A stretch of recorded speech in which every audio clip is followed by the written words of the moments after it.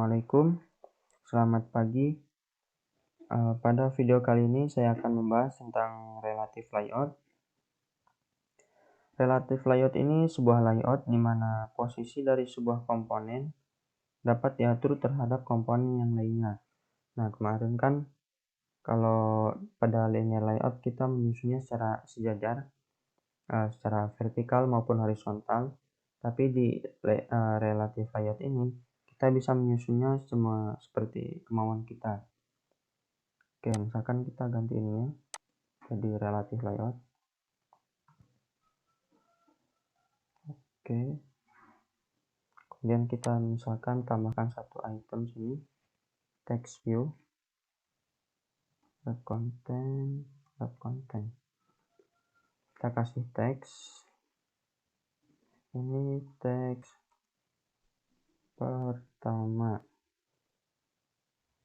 Kita kasih text size 20 sp. Nanti ya, kalau pakai teks berarti kita pakainya sp. Kalau selain teks pakainya dp.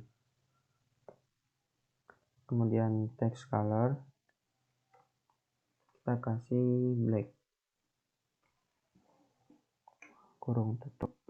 Nah, maka akan jadi seperti ini. Di relative layout ini nggak ada yang namanya orientasi, jadi kita bisa mengatur sesuai kemauan kita. Nah, misalkan kita mau nyusunnya seperti ini, Ctrl D. Nah, ini kita ganti jadi teks kedua. Nah, maka dia akan tertumpuk seperti ini kalau di relative layout.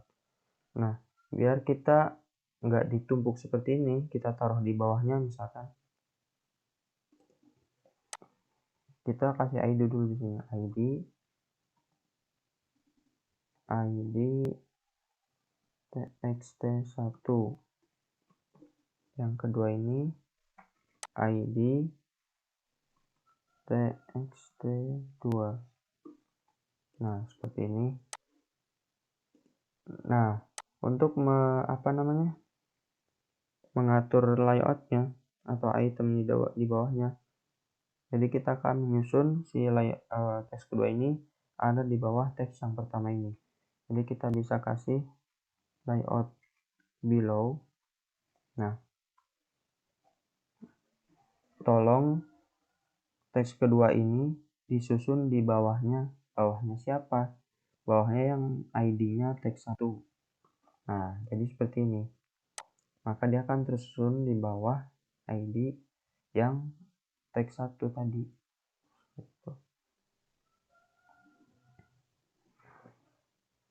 Kemudian di relative layout juga kita bisa menambahkan padding seperti ini. Kita kasih 16 dp. Oke. Kemudian di relative layout juga, misalkan kita mau menambahkan gambar atau image, kita kasih image view, ininya kasih 160 dp, tingginya juga 160 dp. Kemudian backgroundnya kita kasih til 200. Nah, seperti ini. Untuk mencari gambarnya kita bisa kasih src dari drawable. Nah, di sini ada di drawable ini ada satu foto. Saya sudah mempersiapkannya, foto otan. Nah, jadi seperti ini. Misalkan kita mau ganti jadi fotonya otan tadi. Nah, seperti ini. Kita kasih ID-nya, ID img.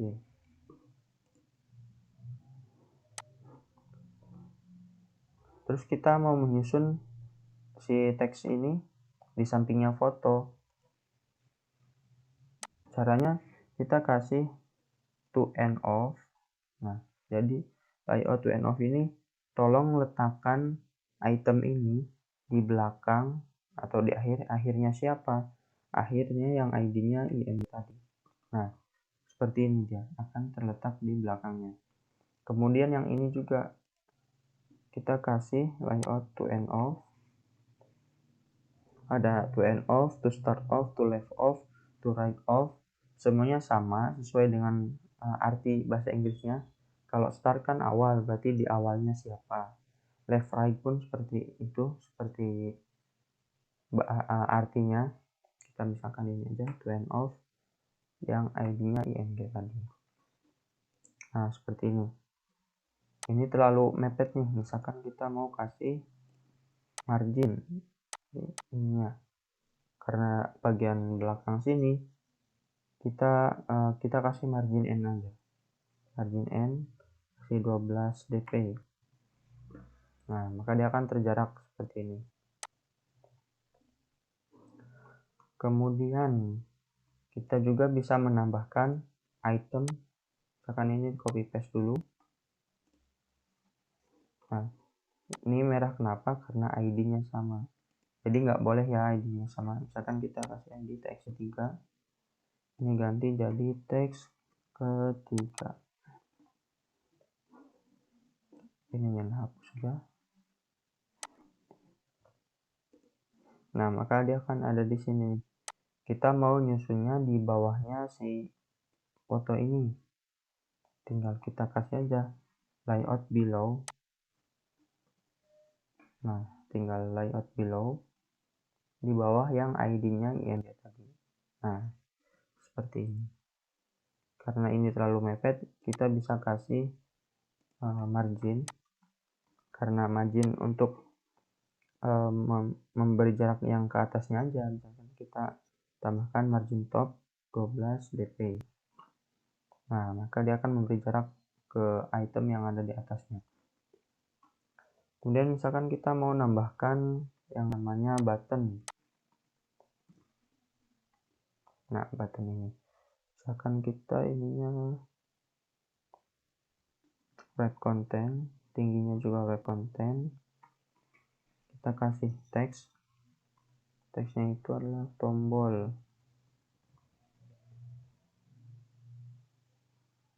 Kurung tutup.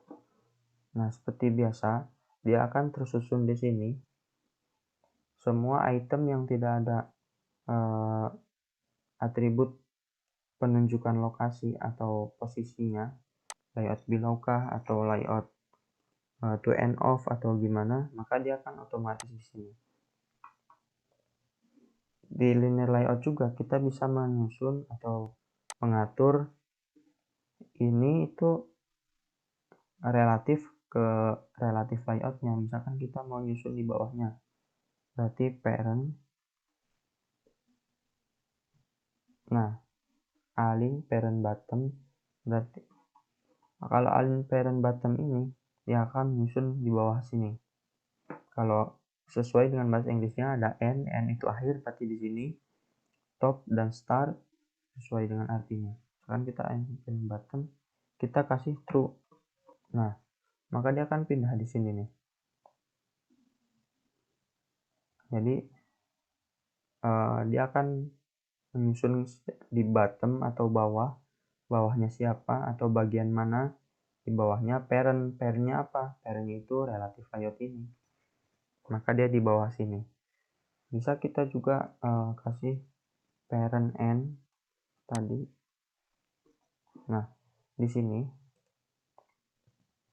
dia akan menyusun ke parentnya itu n atau belakang atau terakhiran. Maka dia akan di belakang sini. Bisa kita juga menggabungkan keduanya, misalkan align parent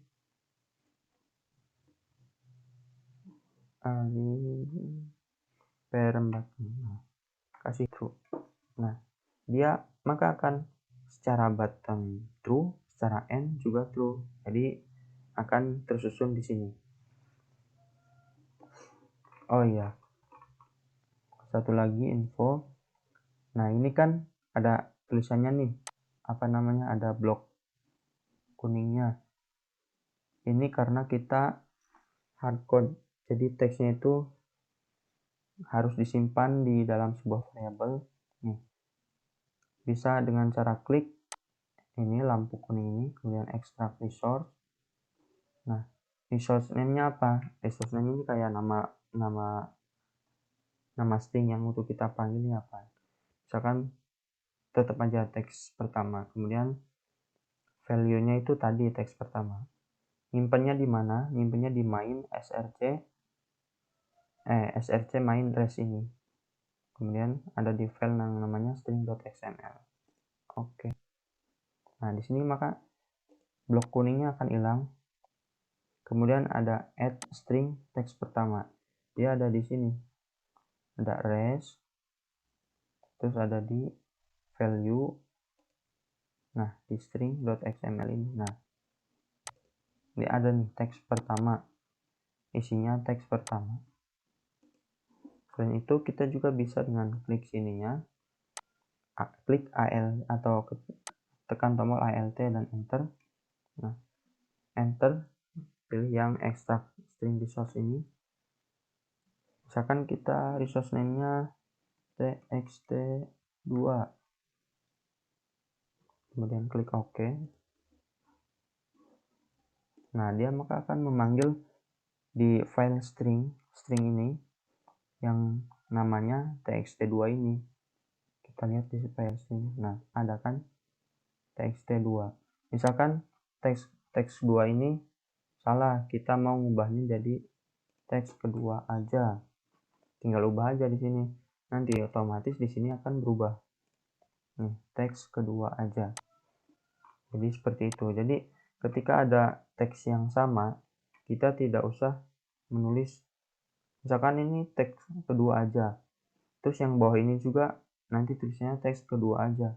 Kita nggak usah nulis teks kedua aja di sini, langsung panggil yang namanya tadi, nama stringnya. Berarti tinggal txt2. Nah, seperti ini. Jadi tidak ada yang namanya pengulangan string. Ini juga bisa kita simpan, kita klik alt enter, kemudian extract result, enter. Oke. Tambah seperti ini.